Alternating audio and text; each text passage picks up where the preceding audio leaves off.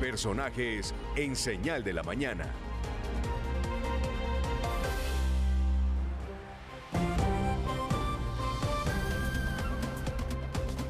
Muy bien, en Colombia a las 7 de la mañana, 18 minutos. Y a esta hora saludamos al señor presidente de la República, el doctor Iván Duque. Presidente, un gusto saludarlo. Bienvenido a Señal de la Mañana.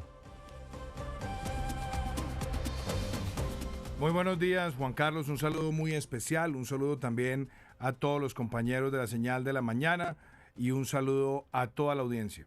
Muchísimas gracias, presidente, por atendernos. Bueno, queremos iniciar hoy preguntándole si lo más difícil de la pandemia ya se superó en Colombia o debemos esperar una situación más crítica. Y se lo pregunto desde el sector salud y económico, presidente. A ver, yo creo, Juan Carlos, que lo primero que tenemos que asimilar todos es que esta es una pandemia que va a estar por un tiempo más largo del que todos quisiéramos. Esta es una enfermedad para la cual por ahora no hay vacuna, por ahora no hay un tratamiento efectivo y nadie que la adquiera queda con inmunidad garantizada. Entonces, esos son tres mensajes muy poderosos. ¿Por qué? Porque quiere decir que el mundo está en un proceso donde con el distanciamiento físico, con el lavado de manos, con el uso del tapabocas, con los protocolos de bioseguridad, tiene que ir asimilando la convivencia con esta enfermedad. Ahora, en Colombia, a lo largo de todos estos meses, pues hemos podido ver cosas muy positivas. Por un lado, nuestros indicadores de letalidad, de tasa reproductiva del virus, de muertes por millón, inclusive de contagios por millón, comparado con otros países del mundo, con otros países de América Latina, nos da luces de optimismo, no de triunfalismo. También podemos darnos cuenta que hemos prácticamente avanzado hacia duplicar las unidades de cuidado intensivo en el país. Nosotros empezamos con 5.300 UCIs, la semana pasada superamos las 9.000. Faltan ahorita en lo que queda de mes y parte de septiembre cerca de 2.000 ventiladores más por llegar a Colombia. Entonces todo esto es positivo. Quiero también destacar la otra cosa, la Reserva Estratégica Nacional, la capacidad de hacer pruebas, que vamos a llegar ya muy pronto a los 2 millones de pruebas, una cifra que es realmente récord, porque eso requiere muchísima logística molecular en el país. Y creo que la estrategia PRAS, la estrategia de hacer las pruebas, el rastreo y el aislamiento, ha funcionado cuando hemos hecho los cercos puntuales. Entonces, mi mensaje es, en ese sentido, Colombia ha mostrado que tiene herramientas importantes. Y por otro lado, el ejercicio de la reactivación económica. Una reactivación que está en marcha, una reactivación que hoy tiene cerca del 90% de la oferta productiva del país en pie. Necesitamos acelerar también la demanda y creo además conveniente decirlo porque es importante recalcar que es muy buena la adaptación que estamos viendo en distintos sectores productivos, micro, pequeñas, medianas, grandes empresas que han mostrado esa capacidad de adaptación. Y por otro lado, pues hemos puesto a disposición de los colombianos, pensando en los colombianos más vulnerables, en los más pobres, unas herramientas como Ingreso Solidario, que lo tendremos hasta junio del año entrante, el PAEF, el Programa de Apoyo al Empleo Formal, que lo vamos a mantener hasta diciembre, y agregaría, Juan Carlos, también lo otro, Familias en Acción, Jóvenes en Acción, Adulto Mayor, con cobertura adicional, con un programa también de giros extraordinarios, y quiero destacar lo que se ha hecho en materia de mercados y apoyo humanitario. Entonces, Colombia ha mostrado que tiene una capacidad importante de reacción. Dicho esto, usted dice, ha pasado lo peor. Nosotros hemos visto que más de que hablar de un pico nacional, hemos visto picos segmentados, sectorizados, regionalizados, y por eso nosotros hemos observado que en algunos lugares hemos pasado por momentos muy críticos y empieza después un descenso. Pero aquí nadie puede bajar la guardia porque es justamente en cualquier bajada de guardia donde se pueden presentar rebrotes como lo hemos visto en muchos lugares del mundo. Así que mi mensaje claro es: Colombia ha venido enfrentando esta pandemia con mucho rigor, basado en la ciencia, con una gran capacidad de trabajo en equipo, y justamente ahora tenemos que darle toda la aceleración, la reactivación, y esa reactivación se tiene que hacer de manera segura. Claro, presidente, sin duda una pandemia que nos cambió a todos la vida. A usted, por supuesto, también le cambió su plan de gobierno. Y en este tema de la pandemia quiero preguntarle por el tema de las vacunas. ¿Cómo está el país ya haciendo gestiones para, una vez esa vacuna esté lista, poder adquirir las unidades que se necesiten, dado que países como los Estados Unidos ya han hecho incluso acuerdos con farmacéuticas para acceder a esas dosis de la vacuna?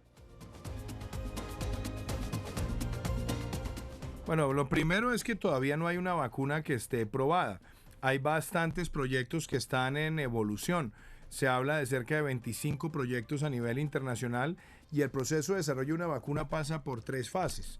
La fase 1, fase 2 y fase 3 son muy pocas las que han llegado a fase 3. Quienes han llegado a fase 3 en este momento son quizás las farmacéuticas más reconocidas. Ellos han ido dando esa información. Y claro, en la medida que nosotros vamos viendo la evolución de este proceso, hemos fijado una estrategia que tiene, por un lado, el enfoque multilateral, que se ha venido haciendo con la estrategia COVAX, con la Organización Mundial de la Salud, con la Filantropía Internacional, la estrategia Gavi con la Organización Panamericana de la Salud. Hemos tenido conversaciones de carácter bilateral con algunas de las farmacéuticas y también hemos conformado una coalición de empresarios con personas muy acreditadas como el doctor Gabriel Jaramillo, quien fuera presidente del Fondo Mundial de Lucha contra el SIDA, la malaria y la tuberculosis, para que ellos también nos colaboren en la aproximación de lo que serían negociaciones para que Colombia no solamente pueda estar en la línea de testeo, sino que también pueda estar entre los primeros países en la fila para poder recibir la vacuna. Y nosotros tenemos que tener previsto el número de dosis, el número de personas objetivo en los primeros ciclos y por supuesto enfocarnos en las personas más vulnerables frente a los ataques de esta enfermedad. Presidente, ¿cuál va a ser la hoja de ruta para la distribución de más ventiladores en las regiones para fortalecer precisamente esas capacidades de las UCI? Muchas gracias por esa pregunta, Juan Carlos. Nosotros, como le digo, mire, empecemos por reconocer esto. Colombia tenía en el año 2019, comienzos del 2020, alrededor de 5.300 UCI. En solamente 5 meses hemos llegado a cerca de 9.000. Esperamos tener cerca de 2.000 ventiladores más. Eso nos puede llegar a más de 11.000. Eso quiere decir que Colombia básicamente va a duplicar su capacidad. Y en ese plan de distribución lo hemos venido haciendo conforme se van generando las necesidades, pero también había un plan maestro que nosotros teníamos identificado, donde frente a las necesidades de las regiones, el gobierno nacional estaba aportando el 70% de esas necesidades. Eso es lo que nos ha permitido a nosotros reaccionar en todos los lugares del país y hacerlo con una mayor capacidad. Y estaremos en las próximas 2 semanas, conforme se va comportando la pandemia, haciendo la asignación en los lugares que más lo van requiriendo. Presidente, en torno a ese tema de la pandemia también es clave hablar de la educación. Se había dicho que desde agosto podría empezar esa alternancia escolar, sin embargo ha habido reticencia de muchos sectores, incluso de los padres de familia, a que los niños vuelvan a esas clases presenciales. ¿Usted cómo ve ese panorama? Y ya por lo que resta este año, tal vez nos iríamos con clases virtuales en todos los colegios del país. Esa es una muy buena pregunta porque ciertamente se conjugan dos tipos de preocupaciones. Por un lado, los niños, como lo ha dicho la OMS, necesitan también de la interacción en el ambiente educativo para su formación, para su salud mental, para su salud física. Somos conscientes que en este momento, pues llegar todos al mismo tiempo a los colegios no es viable. No es viable por muchas razones. Primero, porque el comportamiento de la pandemia es disímil en distintos lugares del país. Y segundo, porque aún asumiendo que la pandemia estuviera por lo menos en un ciclo de descenso en algunos lugares, pues también lo que se trata es de evitar que haya nuevos brotes y nuevos lugares de conglomerados. Por eso, el modelo de alternancia lo que está buscando es que los niños puedan ir regresando paulatinamente, gradualmente, a su ambiente escolar, pero hacerlo combinado con el trabajo en casa. ¿Qué se ha dicho? Ese tipo de decisiones las estamos trabajando con las secretarías de educación y con los gobernantes locales. Tenemos municipios que hoy, más de 150 días después, no tienen en este momento ningún caso. Tenemos lugares donde hay baja afectación, mediana afectación y hay alta afectación. ¿Cuál es la premisa? Donde haya alta afectación o mediana afectación, seguimos con trabajo en casa, pero eso no quiere decir que no tengamos diseñado, testeado, probado el sistema de alternancia, porque como les digo, esta pandemia va a estar por un periodo mucho más largo del que todo el mundo se imagina. Mínimo, mientras se desarrolle una vacuna, estamos alrededor de 1 año, 9 meses, 10 meses, lejos de tener ese desarrollo. Entonces, por lo tanto, nosotros no podemos dejar a los niños encerrados indefinidamente, sino que tenemos que diseñar esas herramientas de retorno a la vida escolar. Eso es lo que se ha hecho y así lo han hecho varios países, pero somos conscientes que nuestro objetivo también es proteger a los niños y por lo tanto no vamos a acelerar programas de alternancia, ni vamos a darle prioridad al programa de alternancia mientras nosotros veamos que los indicadores de la pandemia en distintos lugares nos muestran un comportamiento que no es acorde con ese proceso. Entonces, mi mensaje de fondo, por ahora en los municipios de alta afectación y mediana afectación, seguimos con trabajo en casa, con la virtualidad. En los municipios sin afectación y con baja afectación, ya estamos trabajando con las secretarías para empezar a dar este paso de la alternancia. Pero mensaje de fondo, la alternancia, sea hoy o sea más tarde, es una herramienta que tendrá que ser probada porque lo que nunca queremos, inclusive en un ciclo de descenso, de un eventual ciclo de descenso de la pandemia en distintos lugares, no queremos que los colegios se conviertan en focos de propagación.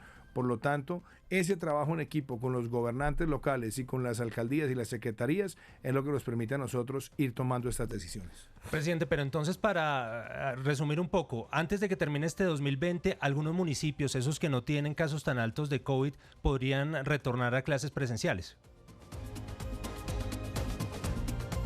Como lo he dicho con mucha claridad, los municipios que no tienen afectación ya están o ya pueden habilitar a solicitud de las Secretarías de Educación el proceso de alternancia. Los municipios que tienen baja afectación, igual.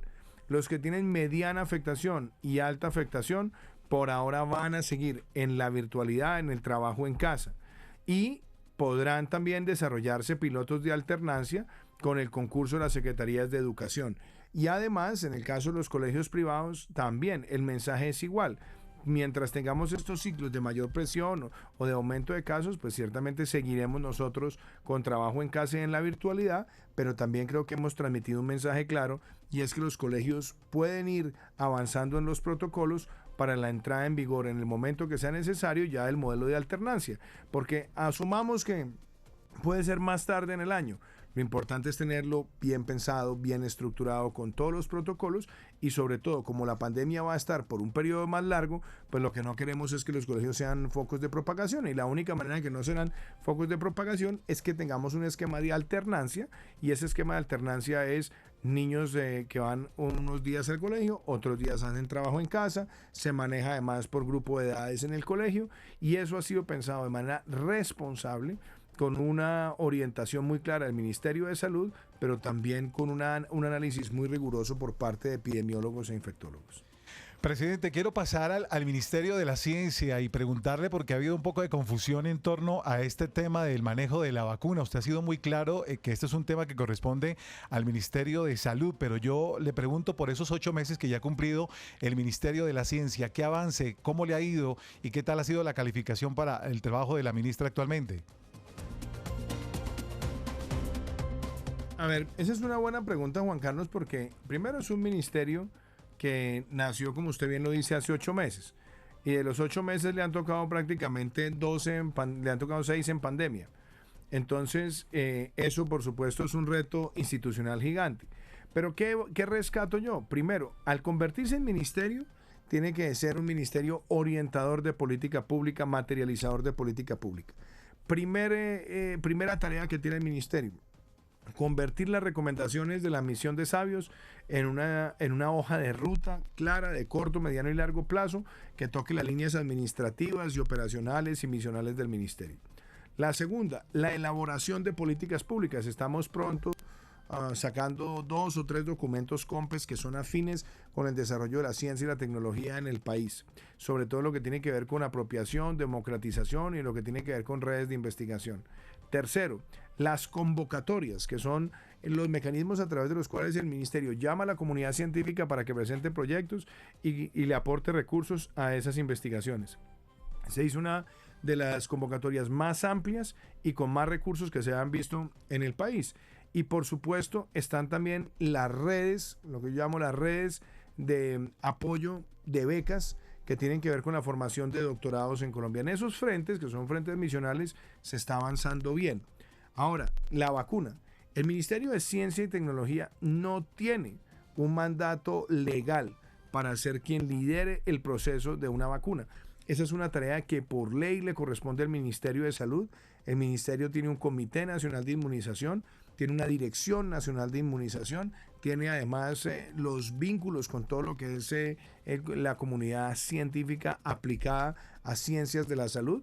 Y qué interesante también destacar que lo que tiene que ver con la expansión de la red de laboratorios que hemos tenido hasta ahora para hacer trabajos moleculares de pruebas PCR en el territorio que nos llevan a muy pronto a 2 millones de pruebas, pues eso ha sido liderado también por el Instituto Nacional de Salud, que es un instituto científico y de investigación para que nosotros enfrentemos epidemias, pandemias y otro tipo de amenazas a la salud, pero también para que se desarrolle ciencia, como lo hemos hecho con el bioterio que tenemos acá en el Instituto Nacional de Salud, que es uno de los más sofisticados de América Latina.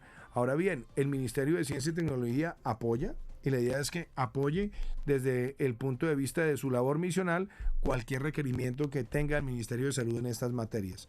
Entonces, Ministerio de Ciencia y Tecnología es un ministerio que acompaña estas investigaciones desde el punto de vista de los requerimientos que le haga el Ministerio de Salud, pero la función misional la tiene claramente el Ministerio de Salud como autoridad sanitaria. Y quiero también hacer una referencia.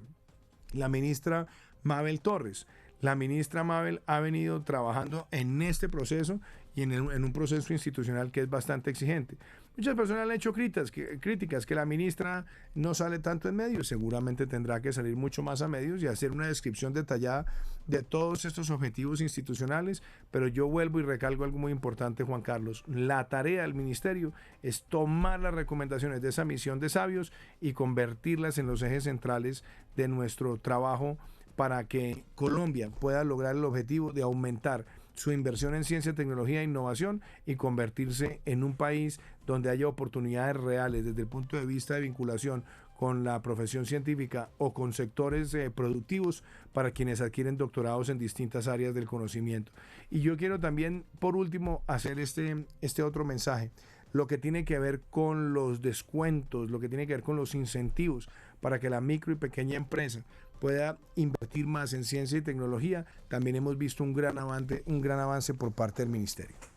Señor presidente, pasemos precisamente a los temas económicos. Antes de arrancar la pandemia, se planteaba un crecimiento del Producto Interno Bruto para este año de entre 3.4 y 3.6%. Sin embargo, lo que han dicho instituciones como ANIF es que ese crecimiento podría ser de 0,4, 0,5% de acuerdo a toda esta pandemia, e incluso análisis internacionales lo ubican en terrenos negativos, en 0.4%. ¿Usted cómo ve esas proyecciones de crecimiento del Producto Interno Bruto para este año, señor presidente? Bueno, este es un año de pandemia, este es un año de un golpe a la economía mundial, a la economía latinoamericana y por supuesto también para la nuestra.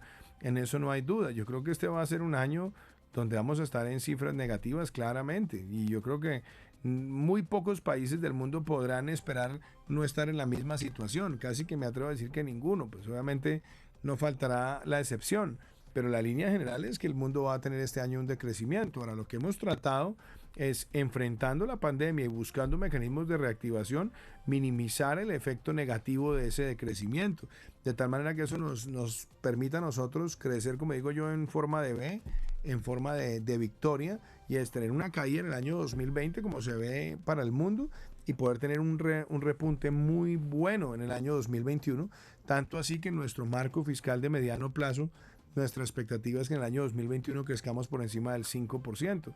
Esa es una apuesta grande, ese es un reto enorme que nosotros tenemos que asumir, y claro, Colombia tiene que marchar en esa dirección y marchar con mucha firmeza. Presidente, comenzando esta nueva legislatura, el gobierno ha radicado un proyecto de ley de emprendimiento que va a impulsar precisamente a las MIPYMES. ¿Hacia dónde apunta ese marco regulatorio para impulsar esas pequeñas y medianas empresas?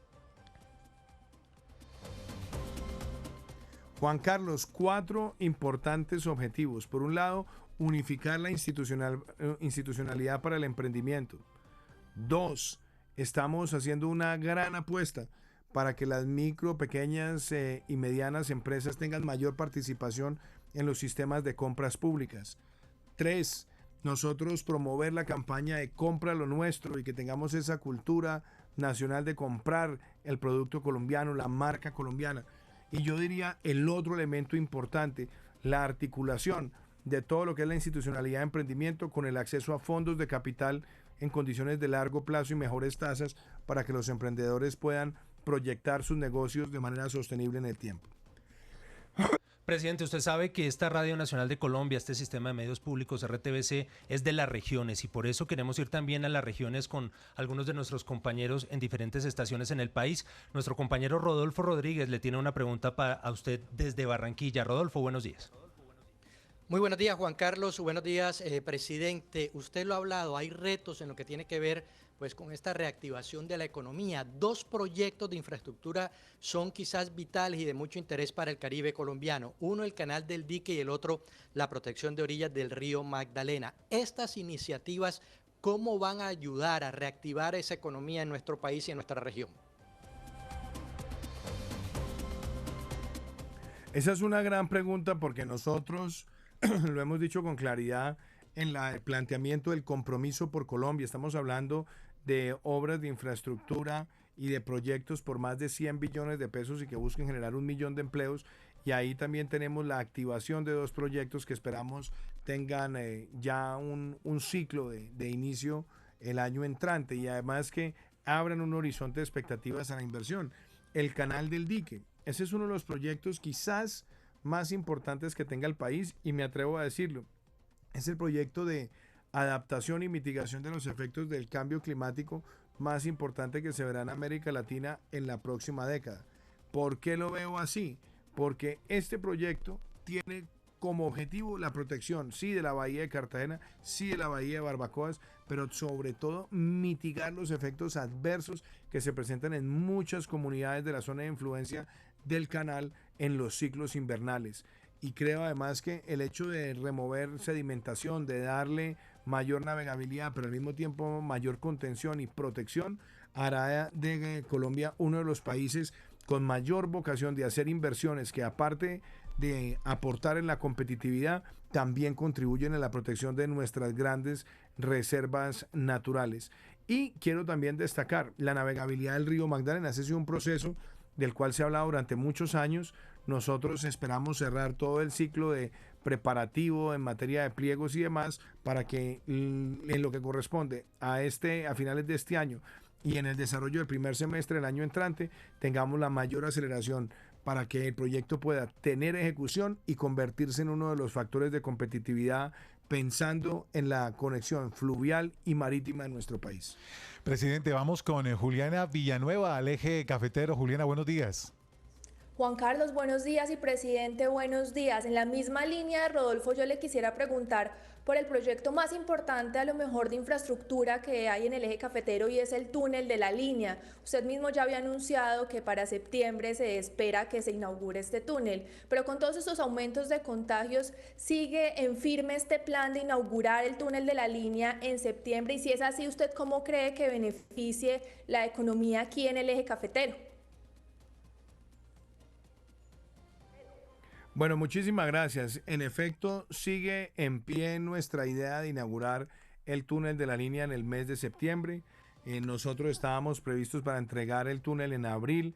Hemos enfrentado muchísimos retos, hemos enfrentado inclusive también las presiones de la pandemia, pero en el mes de septiembre estaremos entregándole a Colombia el túnel principal del cruce de la Cordillera Central que conecta Cajamarca en el Tolima con Calarcá en el Quindío. Y este túnel además será un emblema y será un emblema también de lo que es ejecución. El túnel se demoraron básicamente 15 años haciendo el 55% y este gobierno en 2 años va a entregar el 44%, entrega además el túnel principal y esperamos en el primer trimestre del año entrante estar entregando la interconexión completa de la Cordillera Central entre Cajamarca y Calarcá, que también tiene otros túneles, que también tiene viaductos y que tiene también importantes líneas de ampliación. Todo esto para que el país gane en competitividad. Y yo voy a decir lo siguiente, obviamente nos estamos enfrentando a una pandemia, pero el hecho de acercar el territorio, a través de este cruce, de acercar el territorio a través de este túnel, va a significar una gran oportunidad para el desarrollo del eje cafetero, principalmente en los temas del turismo, porque muchas personas no solamente van a salir a las carreteras a conocer este símbolo de la resiliencia y la pujanza y la creatividad nacional, sino que van a poder estar en un periodo mucho más corto en uno de los sitios más atractivos que tiene nuestro país, donde además está el deleite y el disfrute del paisaje cafetero. Y yo quiero destacar que esta obra es una obra de todos los colombianos, que esta es una obra donde hay que reconocer a todos los trabajadores que de manera incansable la han sacado adelante. Durante muchas décadas se dijo que Colombia no iba a poder hacer ese cruce en la cordillera central, que era un imposible hacer ese túnel, que estaba en medio de una falla muy compleja.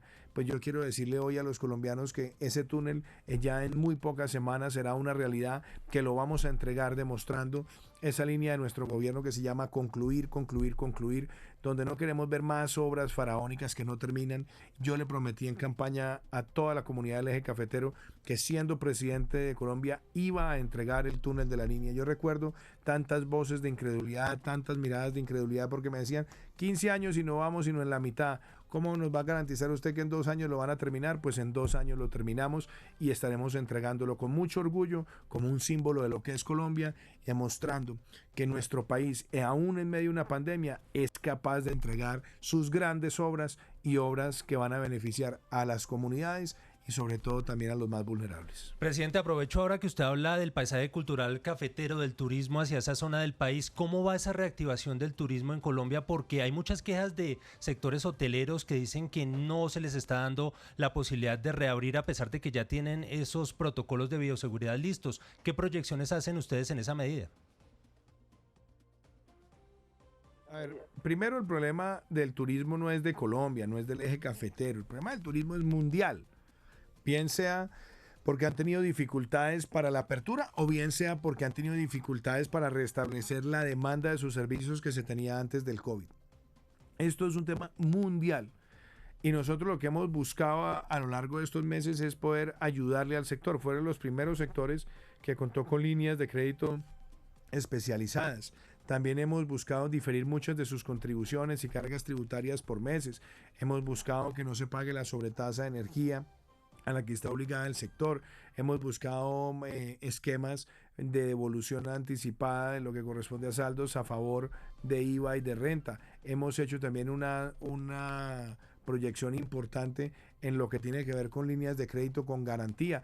De hecho, hablamos hace ya un par de semanas en un encuentro muy importante con ANATO y también un encuentro que tuvimos con Cotelco, donde hemos habilitado una línea hasta por $1 billón que pueda tener mejores condiciones para que el sector se reactive. Y de hecho, en el último decreto, en el decreto 1076, que fija pautas para el aislamiento preventivo obligatorio, ya prácticamente nosotros dimos la orden de liberar en los municipios sin afectación y de baja afectación los servicios hoteleros, obviamente con el apoyo de los gobernantes locales, y hemos avanzado también en pilotos en municipios de mediana y alta afectación, pero además con un tema. Cuando uno mira el contexto generalizado, desde el primer día que decretamos el aislamiento, el sector hotelero no ha estado cerrado, ha estado limitado sí a protocolos, pero lo hemos hecho también pensando en que tenga contribuciones alternativas frente a la pandemia. Ahora que nos queda, en la medida que vamos bajando ciclos de presión de la pandemia en lugares donde tenemos alta densidad poblacional y en la medida que se vaya recuperando también el transporte aéreo nacional, que esperamos sea con mayor velocidad en lo que nos queda del mes y en el mes de septiembre, pues nosotros estaremos también buscando que el sector hotelero se integre con esos nuevos protocolos, pero que también incida positivamente en la recuperación de puestos de trabajo. Presidente, vamos con Consuelo Garzón a la ciudad de Villavicencio. Consuelo, buenos días. Buenos días, Juan Carlos, y buenos días para usted, señor presidente. Con relación a los campesinos de nuestro país, pues que como sabemos también, al igual que en otros sectores, han sufrido momentos difíciles en estos momentos de pandemia, especialmente aquí en la Orinoquía, que pues antes de que sucediera la pandemia ya tenían dificultades. ¿Qué decirles a ellos y qué posibilidad habría también de pensar en regresar a la época del Instituto de Mercado Agropecuario? Recordemos al IDEMA, que en su momento el Estado le ayudaba a los campesinos a través de este instituto a vender sus cosechas y a llevarlas a las ciudades.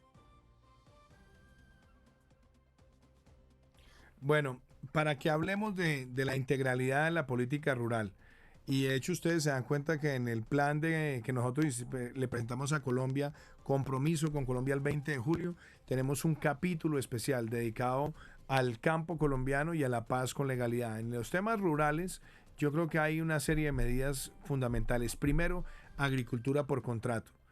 Una de las mayores dificultades que teníamos en el país, y me lo decían los pequeños productores, era, presidente, es que nosotros producimos y vamos a vender. Llegamos a los lugares de comercialización y muchas veces, como se dice típicamente, nos dan por la cabeza porque nos compran el producto o por debajo del costo de producción o ahí en el filo, entonces no ganamos un peso. Por eso nosotros creamos agricultura por contrato, coseche y venda a la fija. Entonces, ¿cuál es la meta para este año? Seguir creciendo el número de beneficiarios, llegar por lo menos ya a 100.000 beneficiarios. Con esto estamos orientados a la meta de 300.000 productores para el año 2022 en el mes de agosto. Ese productor, ¿qué hace? Tiene su producto, le vende a un comprador, tiene un precio fijo, tiene un contrato estable de largo plazo y además acompañado por la línea de crédito más barata que hay en el mercado, que la tenemos, que es el depósito a término fijo menos 1%. Entonces es difícil conseguir una línea de crédito tan barata. Lo segundo, los servicios de extensión, donde nosotros tenemos como meta llegar a 500.000 productores con servicio de extensión para agosto del año 2022. Ahí ya no es solamente el crédito, sino es también el acompañamiento, ayudarle a ordenar la producción, tener además un énfasis en cómo puede mejorar la productividad por hectárea. Tercero, el acceso al financiamiento.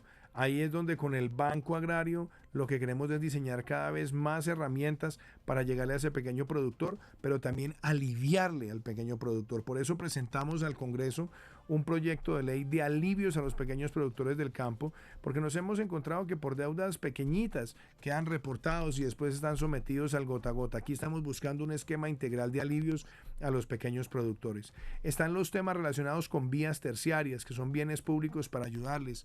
Nosotros estamos haciendo una inversión de 1.6 billones de pesos en los próximos 2 años, que será la más grande que se haya visto en el país en vías terciarias en un periodo tan corto, y justamente esperamos que incida favorablemente en que los pequeños productores tengan cómo salir con sus productos a los lugares de compra. Y lo otro que yo también quisiera destacar, hay unas herramientas que son los distritos de riego. Ahí no solamente con la Agencia de Desarrollo Rural queremos retomar muchos de estos proyectos, Tesalia, Paicol, el Triángulo del Tolima, sino también muchos de los que tenemos en la zona Caribe y habilitar. Hoy, por ejemplo, vamos a firmar el Tratado de Libre Comercio con Israel y queremos motivar a que uno de los países que es experto mundial en materia de distritos de riego pueda estar en nuestro país también participando en esquemas de alianzas público-privadas para fortalecer la capacidad de irrigación y por ende incidir en la productividad por hectárea de los campesinos de Colombia. Y algo que no puedo dejar de mencionar, en virtud de la ley 160, son las zonas de desarrollo empresarial rural, donde también le va a permitir a muchos pequeños productores cooperativizarse, aglutinarse y pasar a un esquema mucho más empresarial con un apoyo nuestro. Y déjenme le digo la última cosa, seguir avanzando en la consolidación de la oferta exportable agrícola. El año pasado cerramos con el mejor año de las exportaciones agrícolas en la historia de Colombia y obviamente esperamos que una vez nosotros sorteemos estos momentos tan complejos del COVID, nosotros retomemos esa senda y es que las exportaciones agrícolas de Colombia sigan siendo las más altas año por año. Presidente, pasemos a ese paquete de reformas que usted va a presentar al Congreso de la República. Una de ellas, la reforma a la justicia. ¿Cuáles van a ser esos énfasis? Y aprovecho para preguntarle sobre esta propuesta que se ha venido promoviendo en los últimos días por parte del Centro Democrático de una sola corte para el país. ¿Cuál es su opinión al respecto? A ver, varias cosas. Primero, pongámonos de acuerdo en el primer punto. ¿Colombia necesita una reforma a la justicia? Sí, y hay un gran consenso sobre eso. Más allá de las circunstancias de la coyuntura, que obviamente estremecen a muchos sectores del país, yo creo que aquí no hay ningún espíritu revanchista. Lo que hay es un espíritu real de buscar una transformación estructural de la justicia, y sobre eso hay consenso en las fuerzas políticas, hay consenso en la academia, hay consenso inclusive en las organizaciones no gubernamentales que trabajan de la mano con el sector de la justicia, como la Corporación de Excelencia en la Justicia, y también hay una serie de propuestas importantes de los organismos de control como la que ha presentado el Procurador General de la Nación o la que ha presentado el señor fiscal, y la que también proviene de las altas cortes. Entonces, primer mensaje, hay un consenso. ¿Qué se debe buscar con esta reforma? Muchas cosas. Esa reforma tiene que estar orientado primero a que tengamos una política de reclutamiento muy buena del personal que va a llegar a formarse para hacer carrera en la rama. Dos, una justicia que esté más cercana al ciudadano, y ese más cercana al ciudadano significa mecanismos alternativos de resolución de conflictos, significa jurisdicción agraria, significa fortalecer la conciliación, significa también tener una justicia que reduzca la mora procesal, significa tener una justicia con mayor digitalización, una justicia que fortalezca las primeras y las segundas instancias, una justicia que esté guiada por patrones de análisis y criterios de interpretación en materia jurisprudencial, una justicia que también se mueva mucho más hacia el expediente electrónico, pero desde luego una justicia que tenga cada vez más garantías para los ciudadanos, incluyendo muchos temas, que la justicia sea pronta, que la justicia sea oportuna, que además se fortalezcan herramientas dentro de la acción de tutela, pero desde luego también involucrar aspectos de la justicia como la defensa de la presunción de inocencia, y como lo ha planteado desde meses atrás la Fiscalía General de la Nación con una nueva directiva, que las medidas de aseguramiento sean excepcionalísimas para que los ciudadanos se puedan defender en libertad, mucho más cuando tenemos una gran congestión en el sistema carcelario y penitenciario, y una gran parte de esa congestión se encuentra por personas que están apenas indicadas sin que se les resuelva la situación jurídica. Entonces, buscar un sistema de garantías donde la defensa en libertad, las garantías procesales, el debido proceso y la presunción de inocencia estén conjuntas también es fundamental. Y por supuesto, todo lo que pueda contribuir al mejoramiento y al funcionamiento de los altos tribunales también tendrá que estar sobre la mesa. Entonces, yo creo que ese consenso está y se requiere avanzar. La razón por la cual en Colombia, no de ahora, sino que se ha hablado del constituyente durante muchos años, obedece esencialmente a que han fracasado muchas reformas a la justicia, y producto de esos fracasos de las reformas a la justicia, digo fracasos porque no se han logrado materializar, es que muchas personas, y personas muy respetadas de la academia, del mundo jurídico, han dicho que ante esas frustraciones tal vez el único camino que queda abierto es el de la constituyente. Hoy no se puede descartar ninguna herramienta, ninguna, pero tenemos que ser claros que un proceso constituyente es un proceso lento, es un proceso que tiene que pasar por una ley de la República, control de la Corte Constitucional, convocatoria a la ciudadanía donde se requiere el 33% del censo electoral diciendo que la quiere, después de que diga el pueblo que la quiere con esas mayorías requeridas, entonces convocar su elección, después de convocar su elección que entre a sesionar, después de sesionar que promulgue. Entonces es un proceso mucho más largo, y sobre todo yo creo que aprovechando el consenso que hay, lo que tenemos es que buscar un mecanismo institucional rápido que nos permita darle a Colombia esa justicia que se requiere, pero de nuevo sin descartar ninguna herramienta. Señor presidente, quiero preguntarle por dos hechos que tienen que ver con el mismo tema. ¿Qué concepto le merece el anuncio que ha hecho el senador Iván Cepeda, víctima de este proceso de presunta manipulación de testigos que se le sigue al expresidente Álvaro Uribe en la Corte Suprema? Ha anunciado acciones legales contra usted por sus ataques a la independencia del Poder Judicial. Y le quiero complementar lo que ha dicho ayer en su columna Germán Vargas Lleras. Dice que usted está desafiando a la justicia. A ver, Juan Carlos, número uno, yo no estoy en disputas de carácter personal con nadie. Y yo quiero ser claro, yo no estoy atacando a la justicia, yo no estoy atacando las instituciones, lo dije desde mi primer pronunciamiento. Soy y seré siempre un respetuoso de las instituciones y me corresponde a mí como presidente de la República. Pero también he sido claro en lo que dice el artículo 20 de nuestra Constitución, dentro de la libertad de expresión. Yo estoy haciendo un llamado a una gran reflexión nacional. ¿Cuál es esa gran reflexión nacional? Salgámonos por un momento del caso en específico. Hablemos sobre el derecho de los ciudadanos a la presunción de inocencia, y esa presunción de inocencia debe tener como línea general el poderse defender en libertad. Yo siempre lo he creído, pero además no es un tema también de la coyuntura, es un tema que usted ve mis debates en el Senado, lo dije en repetidas ocasiones, y además hemos visto cómo hace unos meses el propio fiscal general de la Nación sacó una directiva donde claramente se dice que las medidas de aseguramiento son excepcionalísimas. Y son excepcionalísimas, ¿por qué? Porque solamente deben aplicarse a aquellas personas que tengan probada trayectoria criminal que pueda poner en riesgo la administración de justicia o que tenga probada evidencia de que está intentando alterar el curso de una investigación. Entonces yo seguiré siempre defendiendo el principio de la presunción de inocencia y siempre el principio de la defensa en libertad. Pero adicionalmente, también se lo digo en materia general, por cualquier expresidente de la República, por cualquier persona que le haya servido al país, yo siempre argumentaré que esas personas deben poder defenderse en libertad. Y lo otro que he dicho, que es un llamado a la reflexión, son las contradicciones que nosotros podemos ver en nuestra sociedad. ¿Cuáles son esas contradicciones? ¿Cómo es posible que haya unos miembros del Congreso que han sido condenados por delitos graves en el pasado, que estén sentados en sus curules, que se estén defendiendo ahora en libertad ante los llamados que le pueda hacer la Justicia Especial para la Paz y además con un elemento que si dicen toda la verdad entre comillas no irán jamás a la cárcel y que personas que le han servido al país con integridad, con devoción, con patriotismo, que nunca han sido condenadas, que han acudido a todos los llamados que ha hecho la justicia, no se puedan defender en libertad? Ese ha sido mi llamado. Y como presidente de la República, yo no he lanzado ningún ataque a las Cortes, yo no he invitado a que nadie ataque a las Cortes, jamás lo he hecho.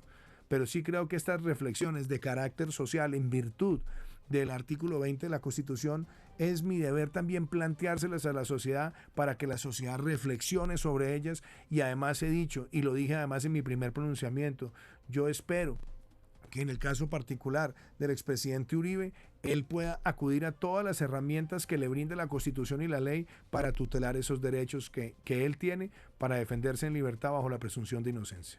Presidente, hablemos del caso de Alex Saab, que se espera que esta semana, en los próximos días, sea extraditado a los Estados Unidos y que tiene conocimiento de muchos hechos de corrupción dentro del régimen venezolano. ¿Usted cómo ve esa extradición y qué tanto podría cooperar él para aclarar un poco todo ese panorama de corrupción en temas con Venezuela?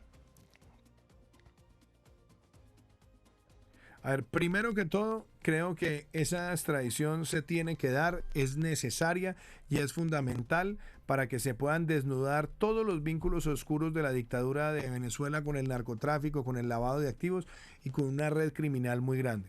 Segundo, nosotros hemos estado colaborando no solamente con la Fiscalía General de la Nación como gobierno, sino también con el gobierno de los Estados Unidos, entregando información pertinente y contundente sobre toda la maraña de empresas que se han vinculado a esa red de lavado de activos y que se pueda esclarecer también toda la red criminal que hay en esas empresas, que van desde beneficiarios, socios, personas que han estado vinculados al tema del lavado de activos. Y yo creo que la colaboración que se ha brindado a las autoridades norteamericanas y la que se ha brindado también a la Fiscalía es importante. Y yo obviamente espero tanto que la Fiscalía General de la Nación siga avanzando en una extinción rápida de dominio y en develar todo ese entramado de compañías vinculadas a esas redes de narcotráfico y también de contrabando y también de lavado de dinero, y que puedan también las autoridades de los Estados Unidos develarlas y hacer una de las operaciones quizás más importantes en términos de congelamiento de activos para esas estructuras criminales. Nosotros hemos colaborado permanentemente en este proceso y recientemente hemos entregado un gran paquete de información para solidificar todas las investigaciones que adelanta OFAC, que el Departamento del Tesoro de los Estados Unidos, la DEA y otros organismos judiciales, y también le hemos hecho lo propio con la Fiscalía General de la Nación, que ya empezó un proceso de extinción de bienes de Alex Saab y que esperamos se extienda a toda esta red de empresas, pero que adicionalmente se puedan judicializar todos aquellos que se han beneficiado de esa red. Presidente, vamos con Paola Tarazona a la ciudad de Cúcuta. Paola, buenos días. Muy buenos días, señor presidente. Una pregunta. ¿Qué impacto sigue teniendo la migración venezolana en temas como el empleo y la reactivación de la economía en medio de esta pandemia? Y otra pregunta, ¿el país sigue contando con capacidad de brindar ayudas a estas poblaciones migrantes? Nosotros lo hemos tratado de mantener porque primero hay un principio de fraternidad, segundo pues hemos visto todos los estragos que ha traído la dictadura en Venezuela en el aniquilamiento empresarial, en la destrucción de capital humano y demás. De hecho, nosotros hemos sido el país que más migrantes venezolanos ha recibido. pero también hemos hecho un llamado cada vez más grande a la comunidad internacional para que movilice recursos. Por eso estuvimos en la pasada cumbre de donantes que organizó el presidente del gobierno español, Pedro Sánchez, y yo hice un llamado a la comunidad internacional. Esta crisis migratoria puede ser ya tan grande como la que se ha vivido en Siria, y la movilización de recursos para enfrentar la migración en Siria ha sido de alrededor de más de $1.500 por migrante. Nosotros lo que hemos visto en la comunidad internacional no llega a los $200, como lo ha demostrado también la Organización de Estados Americanos, y por ende se necesita también una gran movilización de recursos internacionales para atender esta circunstancia, que obviamente se agrava y se vuelve mucho más retadora en momentos de pandemia ante la clara realidad, y es que en Venezuela no hay un sistema de salud con capacidad de respuesta. Entonces, para nosotros es importantísimo una movilización rápida de esos recursos, como lo dijimos en la mesa de donantes, pero adicionalmente nosotros pues hemos seguido teniendo una política presupuestal, una política sectorial que nos permite también atender a muchos de estos grupos en vulnerabilidad, a un costo alto, pero insisto, aquí nosotros hemos obrado con solidaridad, y nuestro reto mayor es que la comunidad internacional pase de ser observadora, analista de la crítica, a que puedan movilizar recursos reales, no atados, que se puedan girar de manera importante y oportuna para la protección de los migrantes, sobre todo en las zonas de frontera. Presidente, a propósito del tema de Venezuela, hablemos de esa frontera porosa que sigue siendo un espacio muy importante para los grupos criminales, las bandas criminales, y también para la guerrilla del ELN. Se dice que hay movimiento permanente de esa guerrilla entre Venezuela y Colombia. ¿Qué se está haciendo desde el gobierno para tratar de controlar esa ida de guerrilleros del ELN de un lado a otro? Mire, yo recuerdo, por ejemplo, el año pasado cuántas críticas me llovieron cuando nosotros presentamos el dossier ante Naciones Unidas de lo que estaba ocurriendo en las zonas de frontera, de la connivencia entre el ELN y el gobierno de Nicolás Maduro, cuando estábamos mostrando cómo estaban reclutando niños, cómo tenían campamentos.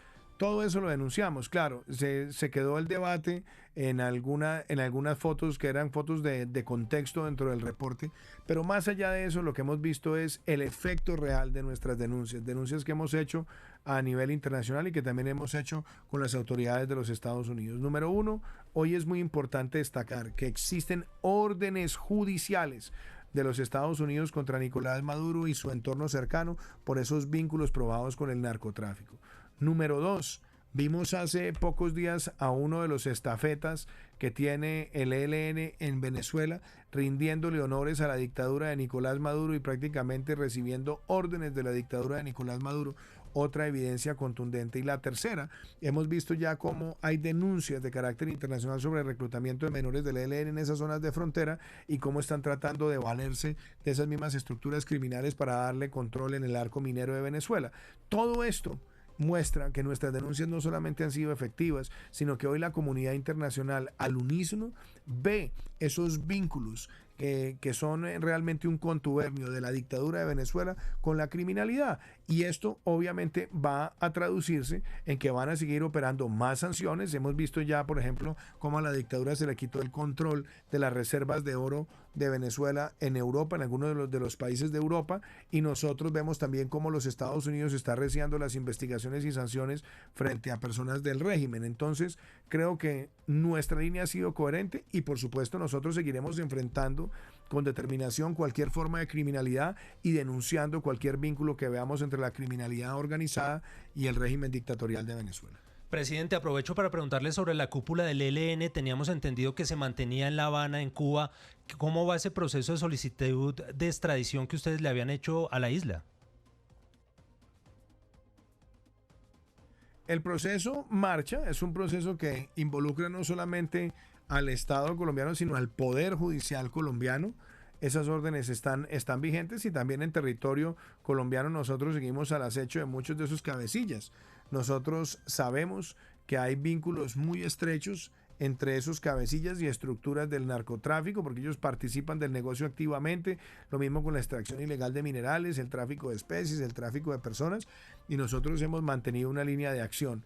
Hemos ido avanzando en desmovilización individual, hemos ido avanzando en desarticulación de muchos de sus frentes y por supuesto seguiremos combatiendo a criminales como Uriel, como Fabián, como la abuela. Estamos enfrentando también a Pablito, estamos siempre encima de Antonio García. Esos dos están protegidos en territorio venezolano, pero nosotros sabemos también que al interior de los cuerpos de inteligencia internacional y también la colaboración de personas que no se dejan tentar por la dictadura, pero que hacen parte también de los cuerpos de seguridad en Venezuela, ellos también han dicho públicamente que no van a permitir que esos criminales estén en territorio. Entonces lo seguiremos enfrentando y combatiendo. Y por supuesto sabemos que el resto de la cúpula, el COSE, el Comando Central, muchos de ellos están en La Habana. Nosotros hemos visto cómo las autoridades judiciales de Colombia también hacen la solicitud de extradición, hemos hecho lo propio como gobierno, y yo siempre hago ese llamado a que esos criminales sean los que estén siendo sometidos a la justicia, y que los países privilegien la relación con Colombia a la relación con el ELN. Presidente, se hace un corte de cuentas al 7 de agosto del 2020. ¿Qué tanto quedaron obstaculizados precisamente en estos 2 primeros años sus planes de gobierno? A ver, primero, Juan Carlos, hablemos del aspecto de la legalidad. ¿Qué ha pasado en estos 2 años en materia de legalidad? Nosotros cerramos el año 2019 con una de las tasas de homicidio más bajas desde 1976, con mucha más población.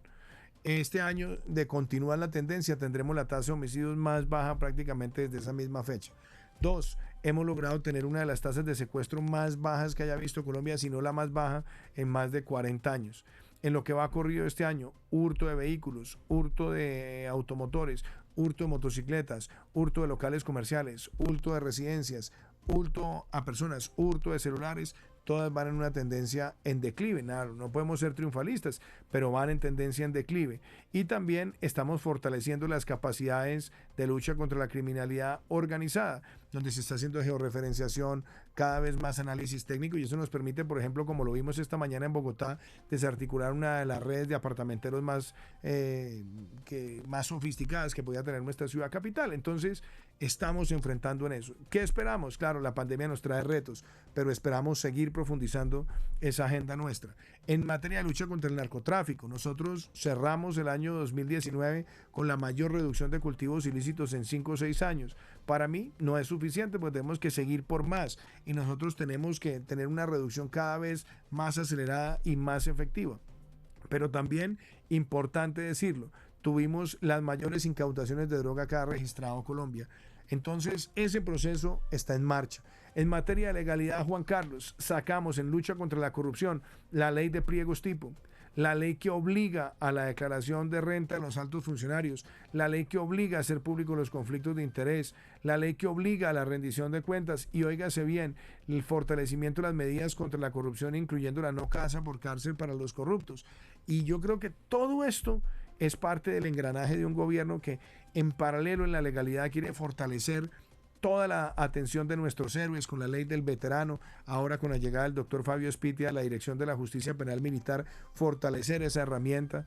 Y en legalidad yo creo que nosotros tenemos retos, pero seguimos avanzando. Hay lugares del país que siguen siendo complejos, pero con las zonas estratégicas de intervención integral, o llamadas zonas futuro, podremos también combinar la seguridad y la defensa con la llegada del brazo social. En materia económica, déjeme, yo le hablo, concluir. Obras que avanzan, obras que se entregan. Entregamos la primera vía 4G, entregamos el puente Pumarejo, estaremos entregando el túnel de la Niña, concluir las obras. Colombia era muy común que se inauguraran los contratos, pero no las obras. Ahora estamos nosotros avanzando en la entrega de las mismas. En materia de energía, pasamos de menos de 60 megas de capacidad instalada de energías renovables a superar casi 5 o 6 veces esa cifra, y vamos para más de 2.500 megas. Colombia liderando la transición energética regional. Hemos puesto en marcha el programa de conectividad, 10.000 puntos digitales, proceso de cobertura para que en el 2022 tengamos 70% del país con internet de alta velocidad. Estamos también formando 100.000 programadores. Le hemos dicho a Colombia con mucha claridad, este país tiene que ser un país atractivo para la inversión. La inversión creció mucho en el año 2019, empezamos un 2020 con ese mismo apetito, y aún en pandemia siguen los inversionistas diciendo quiero estar en Colombia.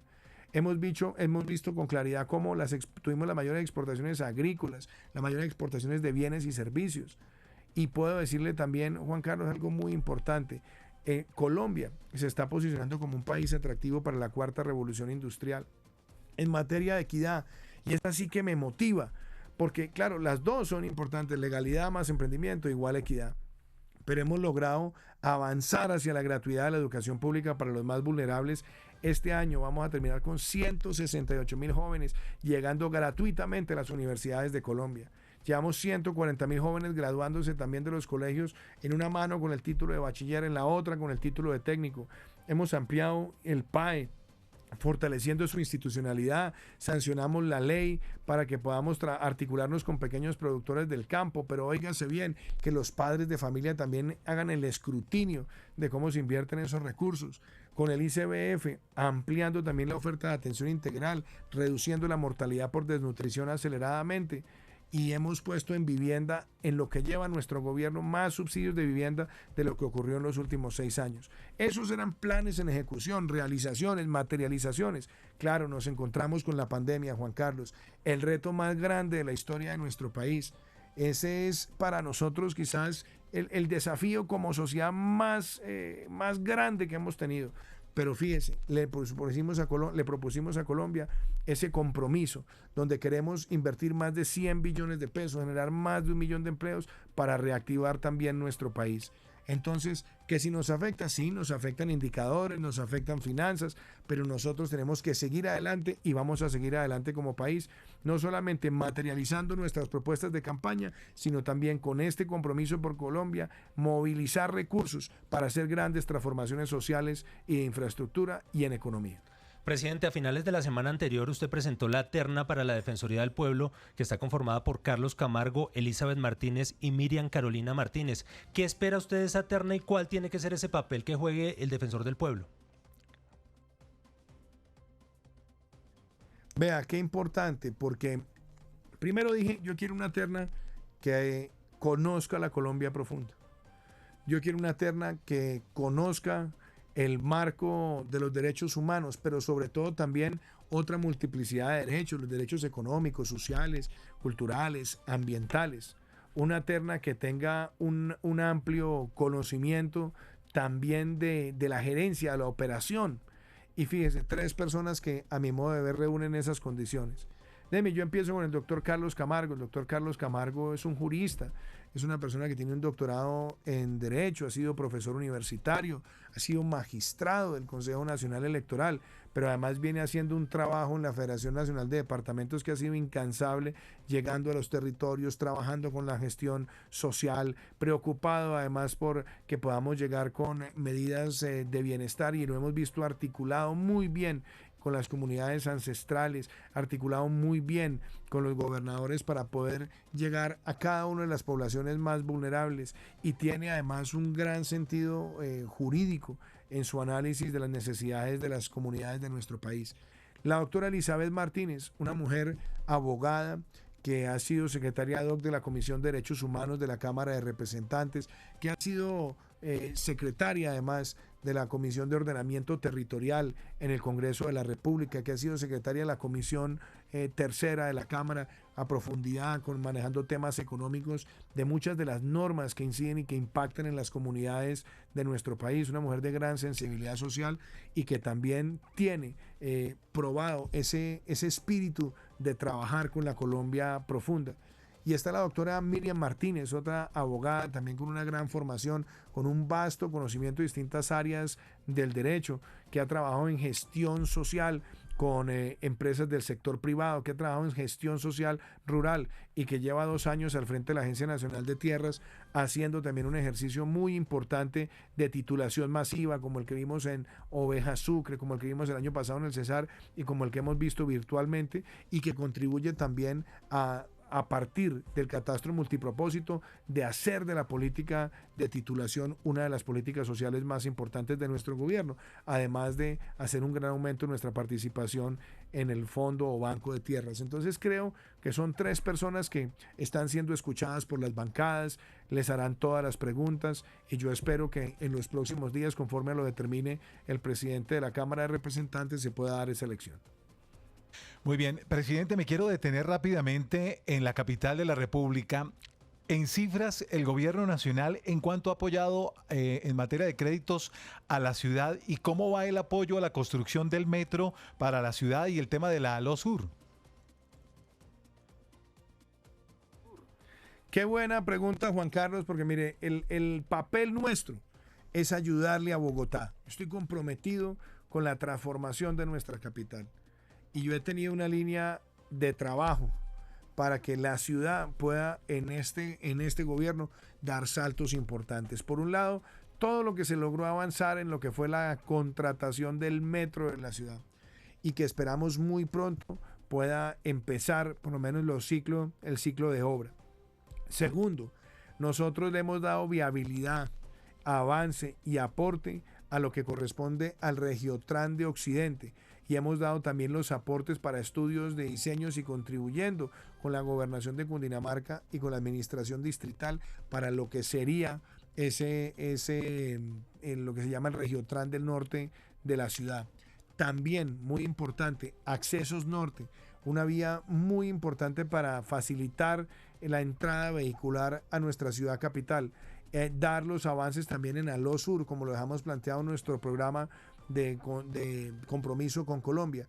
Y claro, yo también quiero hablar de las otras medidas que hemos adoptado en el marco de la pandemia, no solamente el número de familias que se están beneficiando de ingreso solidario que se extiende como mínimo hasta junio del año entrante, el PAEF, el programa de apoyo al empleo formal, que también ha llegado a muchas micro, pequeñas, medianas y grandes empresas en la ciudad, lo que corresponde a giros extraordinarios de familias en acción, jóvenes en acción, y que además tienen al adulto mayor, donde hemos llegado a una cobertura universal de protección en vulnerabilidad de mayores de 70 años. Entonces, todo esto suma, pero también suman los aportes que hemos estado haciendo en capacidad ventilatoria para pacientes críticos, en lo que corresponde también a la entrega de mercados.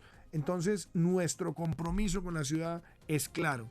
Nuestra ciudad capital también requiere no solamente ese apoyo y ese acompañamiento permanente, sino que queremos también la reactivación económica de nuestra ciudad capital porque es un gran motor y un gran jalonador del comportamiento agregado de nuestra economía. Nuestro compañero de deportes de esta mesa de trabajo, Camilo Pérez, también tiene una pregunta para usted. Presidente Camilo, adelante. Presidente, muy buenos días. Y bueno, usted sabe que todos los futboleros, como usted, como yo, como toda la gente que nos está viendo en este momento, queremos el regreso al fútbol colombiano. ¿Qué pasa con eso? ¿Ya hay una fecha concreta? ¿Cómo va el proceso? ¿Qué se sabe con respecto al regreso del fútbol colombiano? Y también al regreso a volver a ver a la América, ¿no? Y también al regreso a volver a ver a la América, ¿no? Así es, pues mire, yo empiezo como por varias cosas. Ya se ha venido avanzando con el Ministerio de Salud, ya se ha venido avanzando con el Ministerio del Deporte para que entremos en este proceso. Obviamente hay que observar el comportamiento de la pandemia, hay que ver cuál sería el mejor formato, si es un formato que pueda estar circunscrito a uno o dos o tres espacios, obviamente para que no haya riesgos de contagio. Lo otro es que también tengamos todos los protocolos funcionando. Yo creo que con la llegada ahora del doctor Fernando Jaramillo vamos a poder dar ese paso rápidamente. Y yo creo que el mes de septiembre, con la ayuda de Dios, debería ser el mes donde empecemos ese retorno. También creo que eso le ayuda al país, da un mensaje de optimismo. Y sea esta la ocasión, usted me decía, me recordaba a la mechita, mi mechita del alma. Yo quiero también aprovechar hoy para enviarle un mensaje lleno de cariño a todos los familiares del doctor Gabriel Ochoa Uribe, quien fuera técnico de nuestra selección Colombia, ese técnico glorioso también del América, también de Millonarios, jugador también del Santa Fe, uno de esos íconos del deporte, de esas personas que todos debemos siempre recordar porque fue uno de los que más forjó la evolución del fútbol en nuestro país. Así que yo espero que podamos dar ese paso, el retorno del torneo a puerta cerrada con los protocolos. También espero volver a ver a la mechita jugar y mandarle también este mensaje de aprecio y de reconocimiento a la familia de nuestro profesor querido Gabriel Ochoa Uribe. Pues, presidente, de verdad que ha sido un placer para nosotros en Señal de la Mañana que usted nos acompañara durante esta hora larguita para hablar de este balance, de estos 2 años de gestión, del trabajo que se está haciendo, de lo que viene y, por supuesto, del manejo que le ha dado el gobierno nacional al tema de la pandemia. Mil gracias por estar con nosotros. Un fuerte abrazo, presidente. Muchísimas gracias, Juan Carlos. Un saludo para usted, para todos sus compañeros de la Señal de la Mañana y un saludo muy especial para toda la audiencia. Y felicitaciones por el trabajo que están haciendo. Los hemos visto en las mañanas trabajar con ese periodismo independiente y con esas ganas de informar a todos los rincones de Colombia. Felicidades. Muchas gracias. Es el presidente de la República, el doctor Iván Duque. Bueno, Lazo, ahí está, un balance importante. Abordamos creo que muchos temas, se nos quedarán otros por el tema de tiempo, pero por supuesto podemos resumir un poco de lo que ha sido hoy este diálogo Sí, con señor. el presidente. Pues para empezar un poco ese cambio que ha habido en ese plan de gobierno que se había planteado inicialmente por parte del presidente Iván Duque con todo el tema de la pandemia. Lo que ha dicho es que obviamente hay que hacer y ha tenido que hacer varios análisis, tomar varias consideraciones debido a este tema de la pandemia, y en ese orden de ideas nos habló por ejemplo de la vacuna. Ya Colombia está haciendo gestiones para que una vez haya una vacuna desarrollada en el mundo, pues nuestro país también pueda acceder a algunas de estas vacunas. Habló también del tema educativo, la alternancia escolar. Le preguntábamos sobre esos principios de agosto en los cuales se esperaba un regreso a la clase presencial, pero dijo que por ahora no se va a arriesgar a los niños, no se les va a obligar a que regresen a las clases presenciales, y que lo que se va a hacer es analizar en aquellos municipios en los que la presencia del COVID es menor o que se ha logrado mitigar o controlar, pues para que ese regreso a clases se pueda dar quizás en este año 2020. En los que no se da ese control, pues no se va a hacer ningún tipo de presión a los padres de familia. Muy bien, pues las 8 de la mañana, 23 minutos. Agradecemos a nuestros televidentes que han estado conectados a través de Canal Institucional. Hacemos una pausa y ya regresamos en la radio, 54 estaciones de la Radio Nacional. Esto es Señal de la Mañana, conectados con Colombia.